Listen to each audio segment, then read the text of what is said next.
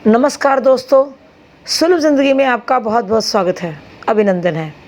आज का विषय डिप्रेशन या मानसिक तनाव क्या है, इसका ज्योतिषीय कारण क्या है तथा निवारण भी बताऊंगी। डिप्रेशन के बहुत से कारण होते हैं। आजकल व्यक्ति की इच्छाएं बहुत बढ़ गई हैं और वो इच्छाएं पूर्ण नहीं होती हैं। बहुत सारे डिमांड्स हैं, पेरेंट्स की भी बच्चों के प्रति और बच्चों के पेरेंट्स से। तो इस तरह से डिप्रेशन के बहुत सारे कारण हैं। आजकल आधुनिक युग में डिप्रेशन एक नई बीमारी है और इसके कारण बहुत छोटे छोटे से हैं, जैसे परिवार में झगड़ा हो जाना और शिक्षा संबंधी इच्छाएं ज़्यादा होना। जैसे माता पिता चाहते हैं कि हमारा बच्चा 90% नंबर लेके आए और बच्चा 60% या 70% वाला है, तो ये पेरेंट्स की आकांक्षाएं हैं। बच्चे परेशान हो जाते हैं इस पॉइंट से लेकर। इसके अलावा अगर घर में किसी की मृत्यु हो गई है तो भी डिप्रेशन आ सकता है, या फिर आजकल यंगस्टर्स देखते हैं प्रेमी या प्रेमिका के साथ संबंध विच्छेद हो गया, इस वजह से नींद ना आना, तो यहाँ से ये डिप्रेशन स्टार्ट हो जाता है। तो डिप्रेशन धीरे धीरे अगर वो प्रॉब्लम बड़ी होती चली जाती है, अगर अकॉर्डिंग टू सिचुएशन या अकॉर्डिंग टू प्लानिटरी पोजीशन, तो वो डिप्रेशन बढ़ता चला जाता है। इसके अलावा आजकल आधुनिक युग में क्या है, जॉइंट फैमिलीज़ ख़त्म हो गई हैं, न्यूक्लियर फैमिलीज़ हो गई हैं, तो वहाँ पर बच्चों के साथ नहीं है। पेरेंट्स दोनों, मदर और फादर दोनों वर्किंग होते हैं, बच्चे घर में अकेले हैं, उनके पास उनको देखने वाला, उनको समझने वाला कोई नहीं है, उनको समझाने वाला भी कोई नहीं है, क्योंकि पेरेंट्स बिजी हैं। शाम को आएंगे, शाम को कितना देख लेंगे बच्चों को, बहुत कम समय होता है बच्चों का। बच्चे शिक्षा के बोझ के तले दबे हुए हैं। बाहर फन ख़त्म हो गया है, एंजॉय करने के लिए एक सिर्फ टीवी है और मोबाइल है या मूवीज़ है, और खेलना कूदना मजाक एंजॉय जो पहले हुआ करता था। जब हम बच्चे थे तो हम लोग क्या करते, रात 10-10 बजे तक खेला करते थे। तो अब जो समय है वो जो है एक टीवी और मोबाइल तक सीमित होकर रह गए हैं, जो हमारा एंजॉय है। और दादा दादी नहीं है केयरिंग करने के लिए, सिखाने के लिए, तो क्या है, प्यार में कमी हो गई है, परिवार में प्यार कम हो गया है, जिसकी वजह से डिप्रेशन की शुरुआत होती है। उसके बाद अगर प्लानिटरी पोजीशन यानी कि कुंडली में अगर वो योग बन रहे हैं तो वो और भी नकारात्मक रूप ले लेते हैं और वो डिप्रेशन का रूप धारण कर लेते हैं। तो इस तरह से बहुत सारी नकारात्मक चीज़ें हैं हमारी ज़िंदगी में, जिसे हमें अगर ये तो सामाजिक कारण है कि छोटे छोटे कारण हैं, इनको हम दूर कर सकते हैं, ये मुश्किल नहीं है। तो बच्चे इन टीवी और मोबाइल से क्या करते हैं, बहुत सारी चीज़ें सीखते हैं, अच्छी और बुरी भी, नकारात्मक भी तो सीखते हैं ना, जिसकी वजह से अब मान लीजिए अभी लेटेस्ट न्यूज़ है ना कि सुशांत सिंह ने सुसाइड किया, तो उसको देखकर बहुत सारे लोगों ने, बहुत सारे यंगस्टर्स ने सुसाइड किया। तो ये क्या है, नकारात्मक प्रभाव है। तो अब हम आगे जानते हैं कि ज्योतिषीय कारण क्या है। सबसे पहले चंद्रमा मन का कारक है। मन का कमज़ोर होना ही डिप्रेशन का कारण है, क्योंकि चंद्रमा अगर आपका कमज़ोर है तो चंद्रमा का जो नकारात्मक प्रभाव है, नकारात्मक रूप है, वही डिप्रेशन है। ये मानसिक रोग है, हम जानते हैं। बहुत अधिक सोचना, जिसका चंद्रमा कमज़ोर होता है ना, वो बहुत अधिक सोचता है, तो सोचते सोचते वो इतना ख्यालों में खो जाता है कि धीरे धीरे वो डिप्रेशन की ओर बढ़ जाता है। यदि आपका कुंडली में चंद्रमा पीड़ित है तो ये डिप्रेशन की शुरुआत हो जाती है, क्योंकि ये इफेक्ट तब आएगा जब दशा आएगी। डिप्रेशन तभी होगा जब दशा का प्रभाव भी होगा। और मून अपने आप कभी पीड़ित नहीं होता, मून किसी न किसी ग्रह के साथ पीड़ित होगा या कमज़ोर होगा, जैसे नीच की राशि में होगा, या फिर शुभ नक्षत्र में नहीं होगा, या D9 में भी अगर चंद्रमा कमज़ोर है, शत्रु नक्षत्र में है, शुभ दृष्टि भी नहीं आ रही है, तो हमारा क्या, ये मन का कारक है ये। तो अगर मन ही हमारा कमज़ोर होगा तो वो धीरे धीरे जो है डिप्रेशन जैसी बीमारी का रूप ले लेगा। इसके अलावा अब डिप्रेशन के लिए लगन कमज़ोर होगा, लगन पर मैलिफिक एस्पेक्ट होगा, तब भी हो सकता है। लगन का कमज़ोर होना या लगन लॉर्ड का 6, 8वें 12वें भाव में बैठ जाने पर और उसके ऊपर बैड एस्पेक्ट आने पर, इसके अलावा फर्स्ट हाउस में आने पर भी, सेकेंड हाउस में आने पर भी और 8वें और 12वें हाउस में आने पर भी डिप्रेशन हो सकता है विद मैलिफिक एस्पेक्ट। अब अगर चंद्रमा की हम स्थिति जानते हैं कि चंद्रमा किन किन ग्रहों से पीड़ित होता है। जैसे सबसे पहले हम राहु की बात कर लेते हैं। तो जब राहु की दशा आएगी और चंद्रमा और राहु की कंजक्शन है, तो ऐसे में क्या होता है, इंसान डरता है, डर से जागता है, जैसे नींद में, या डरता है, उसके मन में बुरे बुरे ख्याल आते हैं। इसके अलावा छोटी सी बात को बड़ा बना देता है, और नशे की लत भी लग सकती है, क्योंकि राहु का प्रभाव है। तो जो चंद्रमा है वो लिक्विड का कारक है, तो इसलिए ये नशे भी करवा देता है। तो यहाँ पर चंद्रमा राहु से पीड़ित हो गया। उसके बाद केतु से भी पीड़ित हो सकता है, क्योंकि केतु क्या है, चंद्रमा को ग्रहण लगाता है। ऐसे में बच्चा क्या होता है, जिद्दी बन जाता है, चिड़चिड़ापन आ जाता है, हठी हो जाता है।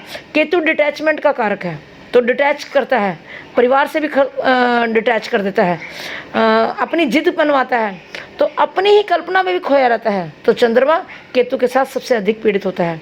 ये अध्यात्म की ओर भी ले जा सकता है, और परिवार से, समाज से भी दूर हो जाता है, कट जाता है।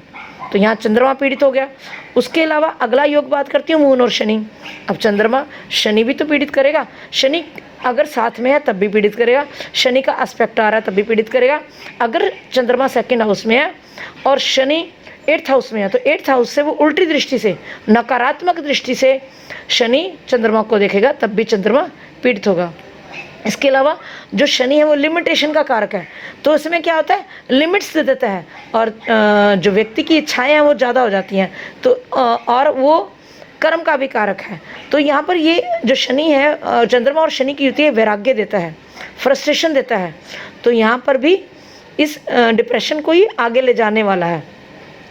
और चंद्रमा और मंगल की युति डिप्रेशन में तो नहीं लेके जाती, लेकिन एग्रेशन को बढ़ा देती है।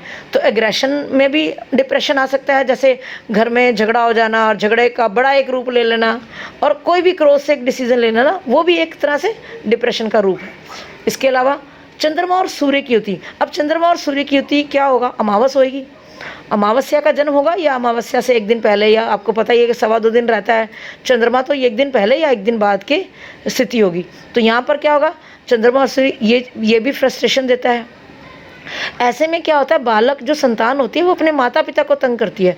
तो माता पिता को जब तंग करते हैं ना, तो उसमें क्या होता है, वो खुद डिप्रेशन में होता है, माता पिता को भी परेशान कर देता है। तो इस तरह से सिम्टम आ जाते हैं। इसके अलावा एक और पॉइंट है, केंद्रुम योग। केंद्रुम योग में क्या होता है, मानसिक तनाव बहुत रहता है।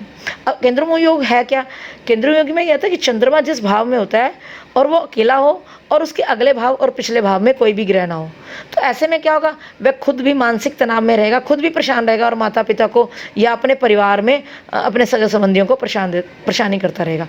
अब सबसे पहला चंद्रमा का पीड़ित होना, देन लगन पीड़ित होना, तीसरी बुध का पीड़ित होना, क्योंकि बुध हमारी बुद्धि है। बुध अगर पीड़ित होगा, और वो भी राहु से अफ्लिक्टेड होगा, राहु की चाहे युति आ रही हो, राहु का एस्पेक्ट आ रहा हो, तो कहीं ना कहीं बुध पीड़ित होता है। अब बुध क्या करता है, क्योंकि बुध बुद्धि है ना, और जो राहु है वो खराब बुद्धि है, और बुध सही बुद्धि है, तो क्या करता है, सही बुद्धि को खराब कर देता है। डिप्रेशन को पागलपन तक ले जा सकता है ये, क्योंकि बुध हमारी नसों का कारक है, हमारी नर्वस सिस्टम का कारक है। तो राहु अगर बुध एक्सट्रीमली पीड़ित हो जाए, या राहु उसको हाई लेवल पे पीड़ित कर दे, तो क्या होगा, अगर बुध खुद भी कमज़ोर है, ऊपर से पीड़ित भी है, तो ये सुसाइडल टेंडेंसी की तरफ भी ले जाता है। तो इस तरह से ये मैंने कुछ योग बताया है। इस तरह के बहुत सारे योग हैं, ज्योतिषीय कारण हैं डिप्रेशन के। अब मैं थोड़े से उपाय बताती हूँ। उपाय करने के लिए कोई डिफ़िकल्ट वाला पोजीशन नहीं है। अगर आप ध्यान से उपाय करें तो डिप्रेशन से निकला जा सकता है। सबसे पहले आप परेशानी ढूंढ रही है कि कारण क्या है डिप्रेशन का। जो भी कारण है ना, उस कारण में डिस्टेंस दे दिए। मतलब जैसे एजुकेशन में प्रॉब्लम आ रही है तो थोड़ा बच्चे को ब्रेक दे दो, या बच्चे का सब्जेक्ट चेंज कर दो, जो बच्चा चाहता है वो दे दो। तो इस तरह से थोड़ा सा ब्रेक ले लो, डिस्टेंस दे दो। इसके अलावा घूमने फिरने चले जाओ, कहीं बाहर चले जाओ, कहीं पहाड़ों पर चले जाओ, मित्रों के साथ जाओ, फ्रेंड्स के साथ अपना टाइम स्पेंड करो, म्यूज़िक सुनो, एंजॉय करो।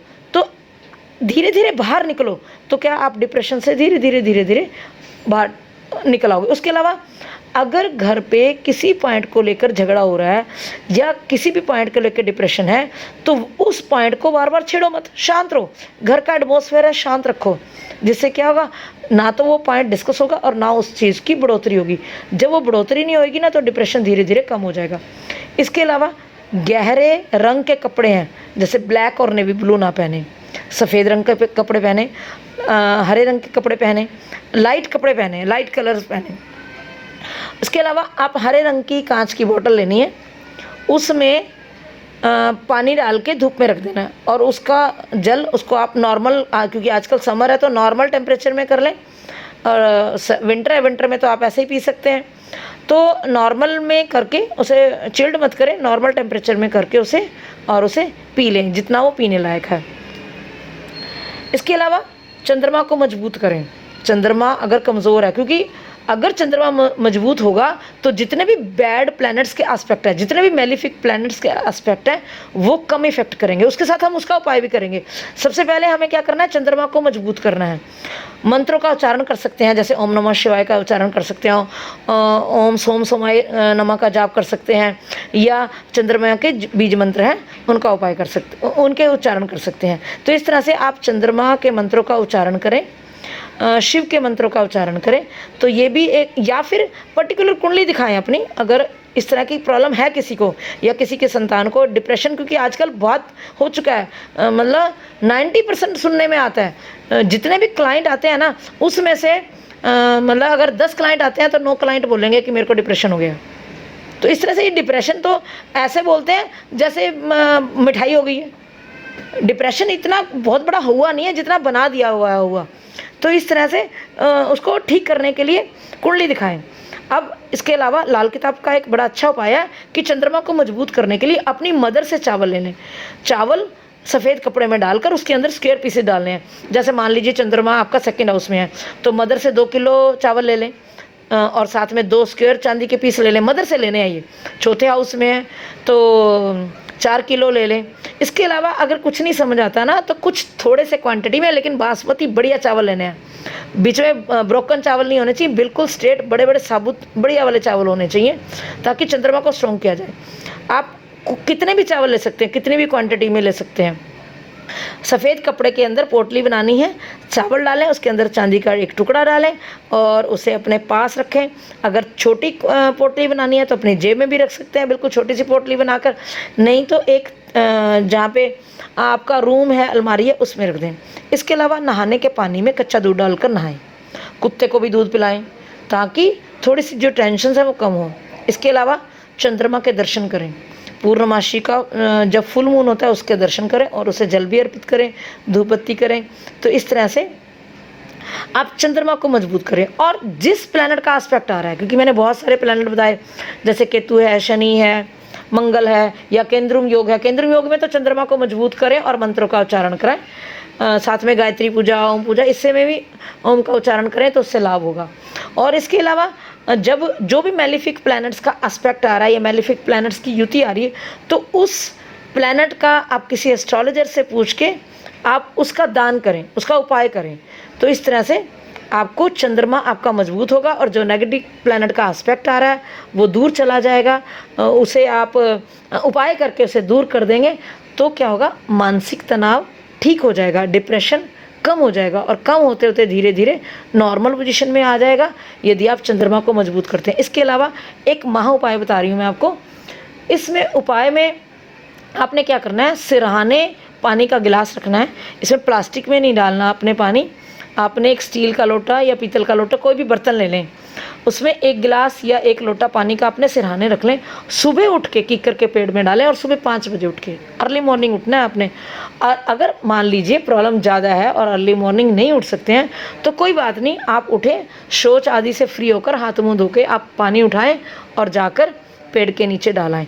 जैसे जैसे ये 43 डेज़ कंटिन्यूस करें, जितने ज़्यादा दिन करेंगे उतना ही आपको लाभ होगा, आपका डिप्रेशन दूर हो जाएगा। तो उम्मीद है आपको जानकारी पसंद आई होगी। ये जानकारी सभी के लिए बहुत उपयोगी है, इसलिए इस वीडियो को कृपया ज़्यादा से ज़्यादा शेयर कीजिएगा ताकि लोग भी इस जानकारी का फ़ायदा उठा सकें। धन्यवाद। आप दीजिए इजाज़त। माता रानी आप सबको सुखी रखे।